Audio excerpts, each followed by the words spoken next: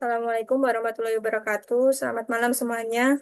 Kami dari kelompok satu yang beranggotakan saya sendiri Kartika Dwiapsari dengan rekan saya Raffi, Lutfian, Dewa, Aprilia Chandra, dan Fulca. Di sini kami akan mempresentasikan analisis ancaman end-to-end terkait phishing dan malware, yaitu pembedahan forensik email spoofing Benko Santander dengan payload Trojan. Di sini ringkasan eksekutif ancaman siber. Target dari serangan ini adalah email info@tiramoda.s. Vektor utama yang digunakan adalah email dengan attachment arsip berbahaya yang kemungkinan besar berisi file executable. Payload yang terdeteksi adalah Trojan MSIL atau Androm yang berfungsi sebagai malware berbahaya. Serangan ini menggunakan kombinasi beberapa teknik, yaitu brand impersonation, spoofing, dan malware delivery. Dari hasil analisis virus totalnya, yaitu 58 dari 72 vendor deteksi file sebagai malicious yang menunjukkan tingkat bahaya yang tinggi. Selain itu, ditemukan juga beberapa indikator penting seperti 10 message insight, 3 aturan deteksi, dan 2 temuan kritis. Next. Selanjutnya, taksonomi vektor serangan email. Di sini serangan dibagi menjadi 2 target utama, yaitu psikolog manusia dan sistem teknis. Dari sisi psikolog terdapat email scam, yaitu manipulasi psikologis atau sosial murni tanpa malware, menipu dengan iming-iming atau krisis buatan. Dan ada phishing, eh, yaitu pencurian kredensial aktif, menyamar sebagai entitas terpercaya untuk mencuri data pribadi atau keuangan.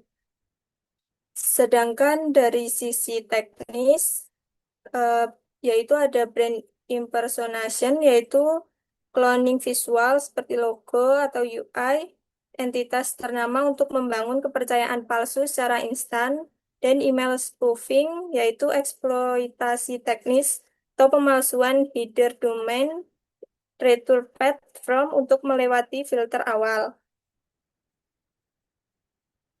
Jadi pada bagian ini kita mulai masuk ke analisis studi kasus nyata yang kita gunakan, yaitu sebuah email yang terindikasi sebagai serangan phishing dengan muatan malware.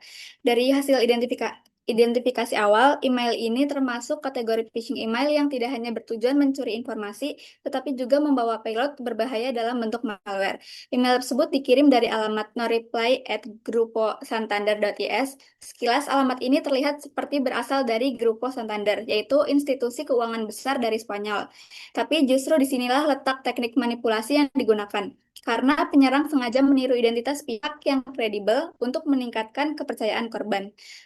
Subjek email yang berkaitan dengan transaksi perbankan, pemilihan kata ikhlas bukan kebetulan, karena dirancang untuk menciptakan rasa urgensi, sehingga penerima terdorong untuk segera membuka email tanpa berpikir panjang.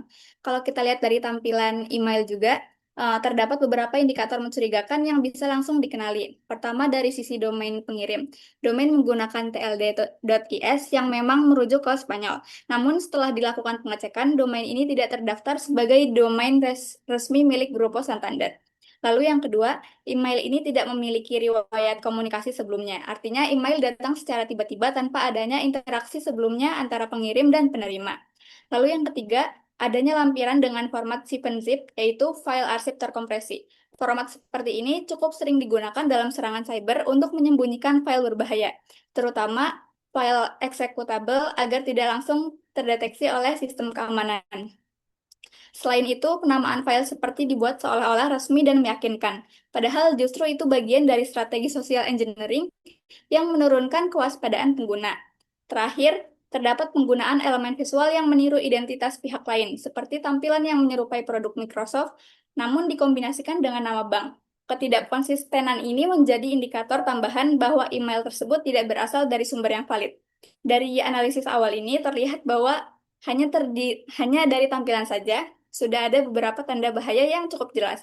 Namun, untuk memastikan dan menggali lebih dalam terkait konten serta potensi ancaman yang dibawa, diperlukan untuk analisis lanjutan menggunakan tools khusus yang akan dibahas pada bagian berikutnya. Next. Baik, selanjutnya di sini ada 4 tahapan. Tahap pertama itu raw data entry, tahap kedua itu ada ekstraksi Python, tahap ketiga itu ada analisis perilaku, tahap keempat itu ada pemindaian payload dan akan menghasilkan output. Jadi, yang pertama-tama file MSG akan masuk ke dalam sistem. Selanjutnya, menggunakan ekstrak MSG, ini Python untuk membedah komponen header, body, dan attachment, lalu dikonversi outputnya menjadi AML. Selanjutnya, file AML akan diproses menggunakan platform Sublime Security AML Analyzer untuk mendeteksi impersonation dan suspicious behavior. Selanjutnya, verifikasi domain via whois or IP lookup dilanjutkan dengan scanning hash attachment oleh virus total. Selanjutnya akan menghasilkan output berupa generasi IOC report dan penentuan status ancaman. Di sini tools akan dijelaskan. Yang pertama ada Python Extract MSG. Extract MSG adalah library Python open source yang dikembangkan untuk mengekstrak konten dari file MSG milik Microsoft Outlook. Dengan library ini kita bisa mendapatkan seluruh komponen email secara programatik berupa nama pengirim, alamat email, subjek, tanggal, isi pesan, hingga semua attachment yang diberikan. Selanjutnya ada Sublime Security ML Analyzer. Di sini adalah platform analisis email yang menggunakan message query language, sebuah bahasa query khusus untuk menganalisis struktur email secara mendalam. Platform ini memparse email menjadi skema data terstruktur yang disebut message data model, kemudian menjalankan ratusan detection rules dari Sublime Core Fit secara otomatis. Selanjutnya ada Virus Total. Virus Total adalah platform scanning file dan URL yang menggunakan lebih dari 70 engine. Di sini ada 72 engine antivirus dari berbagai vendor keamanan terkemuka secara paralel. Cara kerjanya yang pertama kita submit um, SHA-256 dan file attachment yang mencurigakan, lalu Virus Total akan mencocokkannya dengan database malware dari semua vendor yang terdaftar. Yang terakhir itu ada whois atau IP lookup, whois/IP lookup. Dia itu sebagai verifikasi tambahan. Kami juga melakukan ini pada domain biar kita itu bisa mengkonfirmasi apakah domain tersebut benar-benar terdaftar atas nama Santander itu tadi.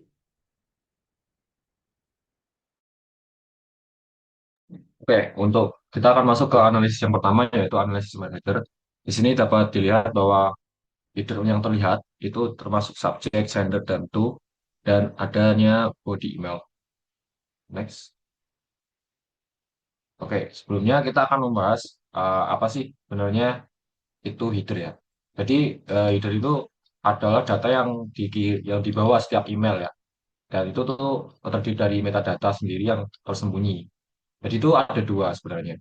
Yang pertama itu yang display header yang tadi ditampilkan, dan yang kedua adalah full header. Itu yang tersembunyi. Di mana yang ditampilkan di slide ini. Oke, kita akan menganalisis dari bagian yang full header ya. Jadi yang pertama di sini ada parameter from. Dapat dilihat value-nya di sini adalah no reply at grupo.standard.js. Ini tuh terlihat seperti email resmi. Nah, namun kalau dilihat dari parameter return path itu menunjukkan email bonus itu gagal terkirim, di mana value-nya adalah mismatch. Sehingga ini dapat disimpulkan bahwa menunjukkan alamat yang berbeda.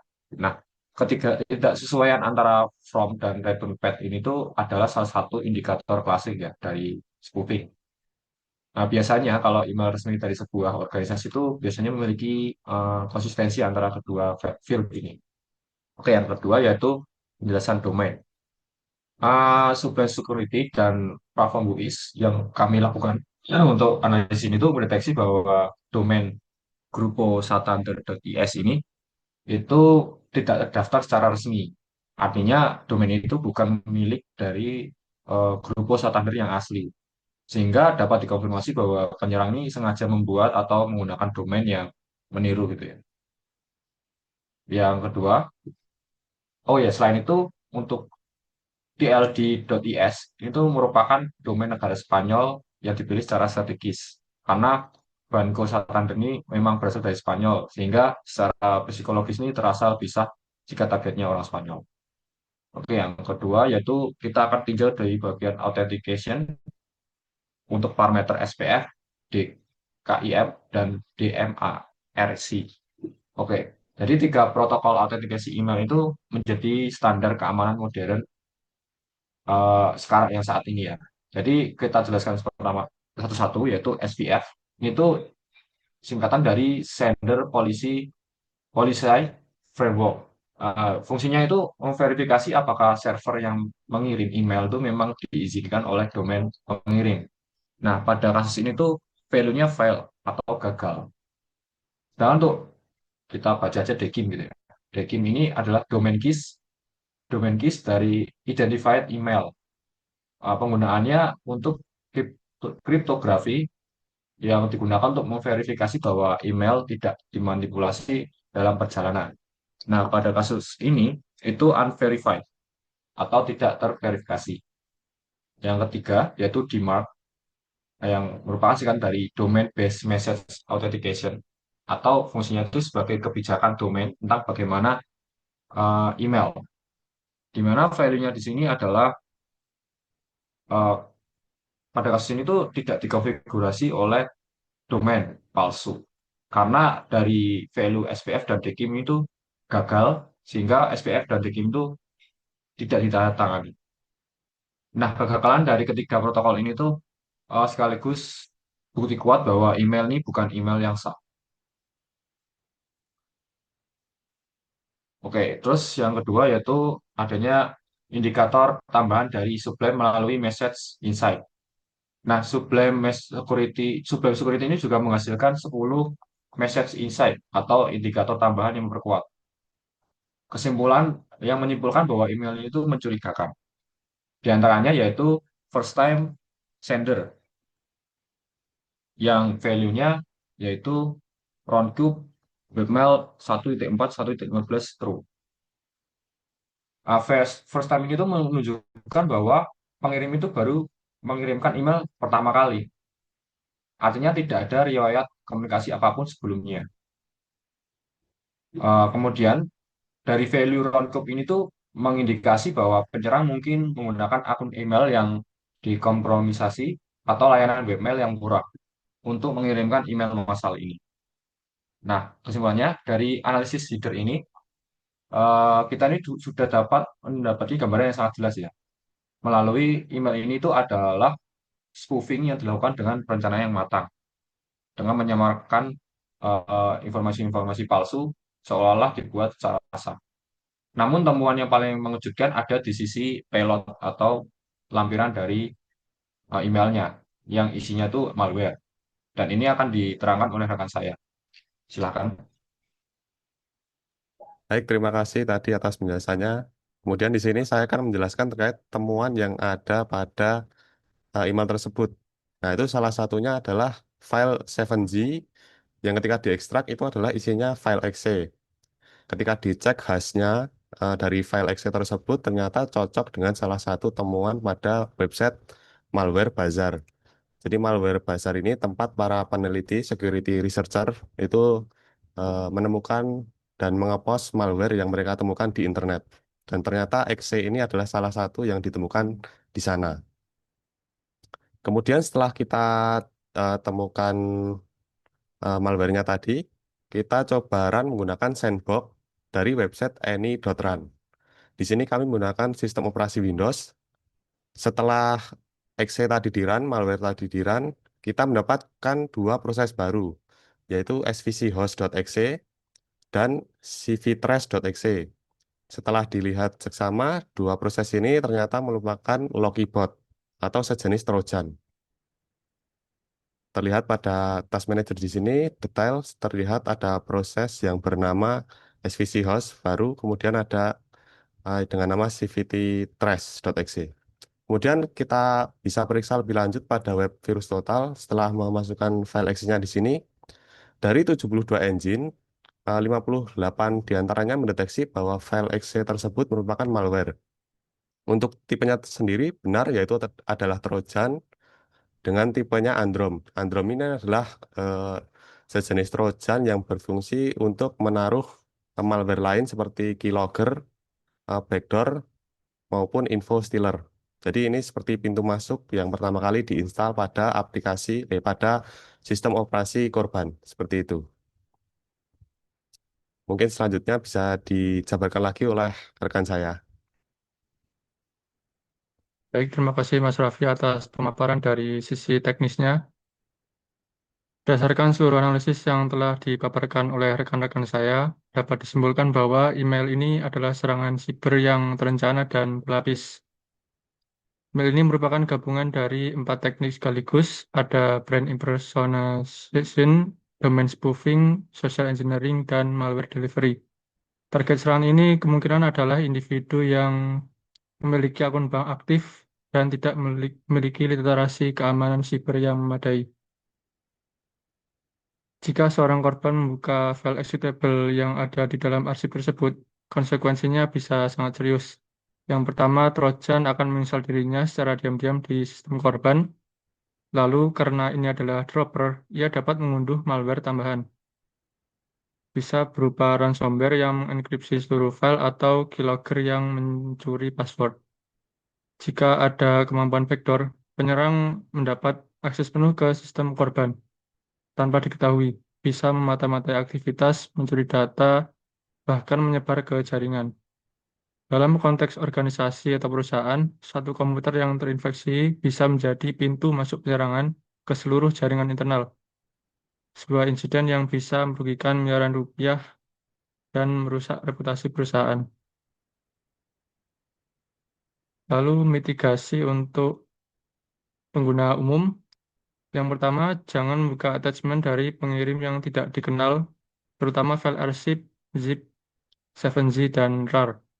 Yang kedua, selalu verifikasi domain pengirim, bukan hanya nama yang ditampilkan. Lalu aktifkan autentikasi 2 faktor pada semua akun email dan keuangan. Yang terakhir, perbarui sistem operasi dan antivirus secara rutin. Jika ragu, hubungi langsung entitas yang mengaku mengirim email melalui saluran resmi.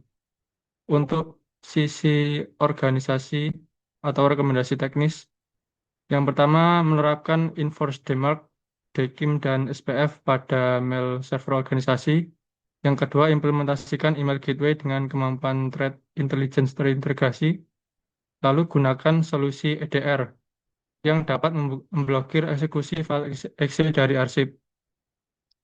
Lalu integrasikan virus total atau Sublime Security ke dalam pipeline keamanan email. Lalu lakukan pelatihan security awareness secara rutin kepada seluruh karyawan. Yang terakhir, terapkan prinsip less privilege, batasi akses pengguna hanya pada yang diperlukan.